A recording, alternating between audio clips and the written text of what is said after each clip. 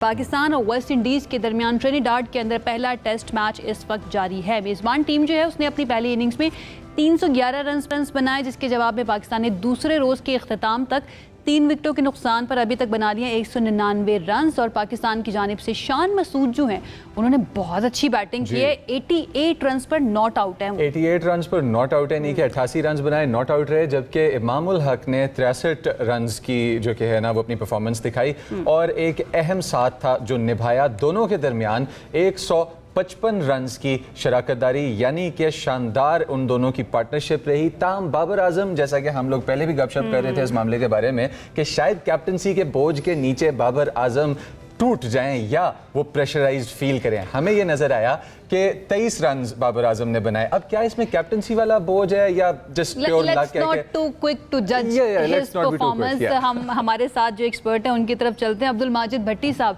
उनसे जानते हैं कि वो कैसे देख रहे हैं, उनकी एक्सपर्टीज जो है ना वो क्या कर रही है। अस्सलाम वालेकुम भट्टी साहब, क्या हम बहुत जल्दी में जज कर रहे हैं बाबर की परफॉर्मेंस को, या अभी हमें रुक जाना चाहिए, थोड़ा और उनको खेलते हुए देखना चाहिए? बहुत शुक्रिया आयशा और मुजम्मिल आपका। देखें, अच्छा लग रहा है कि आज की सुबह जो है नया हफ्ता शुरू हुआ है और हम क्रिकेट की अच्छी अच्छी बातें कर रहे हैं। नॉर्मली हम जब भी क्रिकेट का कोई सेगमेंट कहीं भी शुरू करते हैं तो नेगेटिव थॉट्स हमारे जहनों में ज्यादा चल रहे होते हैं। मेरा ख्याल बाबर आजम तीसरी बार कप्तानी की इनिंग्स खेल रहे हैं तो उन्हें थोड़ा सा टाइम देना चाहिए, लेकिन 23 रन जो उन्होंने बनाए हैं 38 गेंदों पर बनाए हैं और काफी कॉन्फिडेंट नजर आते आते कॉट बिहाइंड हो गए, तो मेरे ख्याल में अभी उनको टाइम देना चाहिए। लेकिन जो अच्छी चीज है कि पाकिस्तान टीम जिसके खिलाफ 311 रन बने, और लग रहा था कि अगर आप परसों जब पहले दिन का खेल खत्म हुआ तो हमारे बहुत सारे एक्सपर्ट्स को आप सुन लें, वो कह रहे थे जी 300 क्या 250 रन भी अगर वेस्ट इंडीज ने बना लिए तो पाकिस्तान के लिए टेस्ट मैच बचाना मुश्किल हो जाएगा। आज हम बात कर रहे हैं कि पाकिस्तान कितनी लीड लेगा। मेरे ख्याल में क्रेडिट बाबर आजम को तो जाता है कि वो लीडर हैं, उन्होंने पाकिस्तान टीम को एक अच्छी पोजीशन पर इस वक्त खड़ा किया हुआ है। 112 रन के फासले पर है पाकिस्तान की टीम के वो वेस्ट इंडीज का 311 रन का हदफ बराबर करे और उसके बाद जितनी पाकिस्तान की टीम लीड ले सके। लेकिन जो अच्छी चीज है वो शान मसूद की बैटिंग है। हालांकि इब्तिदा में उनका कैच भी ड्रॉप हुआ, स्लिप के ऊपर से बहुत सारी उनकी गेंदें निकली, लेकिन आप देखें एक तो शान मसूद को 16 टेस्ट मैचों के बाद कप्तानी से हटाया गया।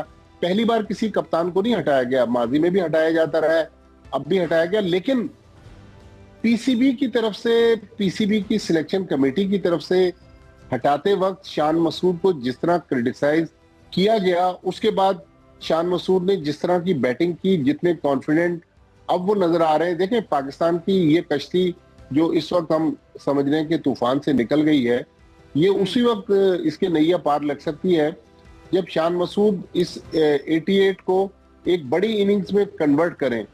तो मेरे ख्याल में हमारे वो पीसीबी के अफसरान, आकिब जावेद उनमें सरे फहरिस्त थे कि जब शान मसूद कप्तानी से हटे तो वो मीडिया पे जाके उनको क्रिटिसाइज कर रहे थे। मैं मुजम्मिल और आशिया आपको एक मिसाल दूं, पिछले दिनों इंग्लैंड में एक बहुत बड़ी कंट्रोवर्सी हुई, वहां भी टेस्ट सीरीज चल रही थी, जिसके बाद बेन स्टोक को कप्तानी से तो हटाया नहीं जा सका, एक टेस्ट मैच के लिए आए, लेकिन वो टेस्ट मैच उनका आखिरी टेस्ट मैच था और उसके बाद उन्होंने रिटायरमेंट ले ली।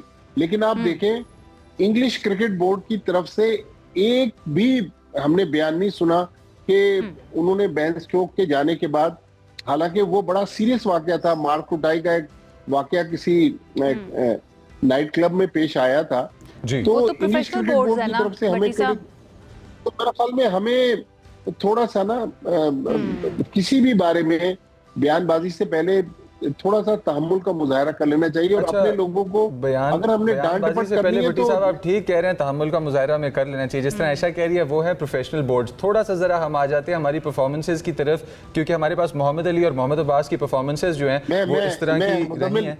मुजम्मिल, एक आपकी बात काट रहा हूँ कि पैसों के मामले में तो हम बहुत प्रोफेशनल हैं। भट्टी साहब, मुझे पता था इसी तरह का कोई जवाब आने वाला आपकी तरफ से, but again this is not the first time, जैसा कि आपने खुद कहा है कि बयानबाजी पहले शुरू हो जाती है और ये तो जाहिर है 16 में से 12 टेस्ट मैच पाकिस्तान हार गए, लेकिन उन 16 टेस्ट मैचों में शान मसूद ने को 1100 के करीब रन्स बनाए थे। तो परफॉर्मेंस उनकी, हालांकि 1100 में जाहिर है विनिंग नोट पे तो कम इनिंग्स थी ना, लेकिन शान मसूद को जाहिर है क्योंकि टीम हार रही थी, अंडर परफॉर्म कर रही थी, और क्रिकेट टीम गेम है, कोई इंडिविजुअल ना टीम को हर बार जितवा, हर बार हरवाता है।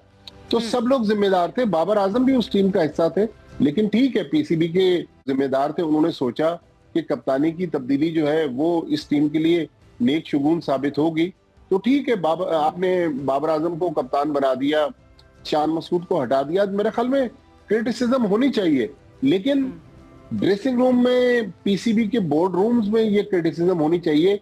मीडिया पे हम अगर आकर अपने प्लेयर्स को, अपने फॉर्मर कप्तानों को क्रिटिसाइज करेंगे तो ये तो वो कीचड़ है जो हम अपने आप पे या अपने बदन पे मल रहे हैं ना, इससे फायदा कोई नहीं। बिल्कुल दुरुस्त फरमा रहे हैं आप। हमारे आज जो व्यूअर्स इस वक्त देख रहे हैं शो, वो मैच के बारे में आपका ओपिनियन जानना चाहेंगे। मैं बॉलर्स को लेकर थोड़ा सा बात करना चाहता हूं, बिकॉज बैट्समैन पे तो चले हमने कर ली बात। जो बॉलर्स हैं उनमें आपको क्या लग रहा है, क्या पेसर्स उस तरह परफॉर्म कर पा रहे हैं जिस तरह हमारी एक्सपेक्टेशंस हैं? मोहम्मद अली, मोहम्मद अब्बास, इन दोनों के बारे में आपका क्या ख्याल है? देखें, पाकिस्तान के बॉलरों ने बुरी बॉलिंग नहीं की, और कल आप देखें मोहम्मद अली ने 4 आउट किए और 3 आउट किए मोहम्मद अब्बास ने। फिर आमिर जमाल विकेट नहीं ले सके, 2 विकेटें मिली खुर्रम शहजाद को। लेकिन पाकिस्तान अभी जो लैग कर रहा है, ठीक है हमें विकेटें मिल गई, हमने 311 तक महदूद रखा वेस्ट इंडीज को, लेकिन वो जो पाकिस्तान क्रिकेट की एक लेगेसी थी ना, हमारे पास एक से बढ़कर एक स्पीड स्टार थे। तो जब गेंद डिलीवर होने के बाद हम टेलीविजन की स्क्रीन देखते हैं तो कोई 125 की स्पीड से गेंद कर रहा है, कोई 130, 132, लेकिन वो जो 140, 142 की स्पीड वाले बॉलर नहीं आते, वो हमें नजर नहीं आ रहे। लेकिन एक क्योंकि पाकिस्तान ने एक न्यू लुक ये टीम है जिसमें मोहम्मद अली ने कमबैक किया है, आमिर जमाल की टीम में वापसी हुई है, अब्बास तो चले रेगुलर खेल रहे हैं, खुर्रम शहजाद भी खेल रहे हैं। लेकिन जो अच्छी चीज एक नजर आई कि कल लंच के बाद जब खेल शुरू हुआ तो पाकिस्तान ने वेस्ट इंडीज के आखिरी 3 बैट्समैन 8 रन पर आउट कर दिए, तीनों विकेट मोहम्मद अली को मिले। तो मेरे ख्याल में यहाँ हम लैग कर रहे थे कि हमारे खिलाफ जो हरीफ टीमें थी उसके टेल एंडर्स स्कोर कर देते थे। इस बार हमने टेल एंडर्स को जल्दी से आउट करके पाकिस्तान टीम को एक बेहतर पोजीशन में पहुंचा दिया। होप फॉर द बेस्ट, क्योंकि अभी बाहर हम उबैद शाह बैठे, that's all we can do. Hope for the best, दुआ ही कर सकते हैं, क्योंकि तैयारी तो क्रिकेटर्स ने करनी होती है, हमने तो बैठ कर देखना होता है। बहुत शुक्रिया भट्टी साहब हमें ज्वाइन करने के लिए।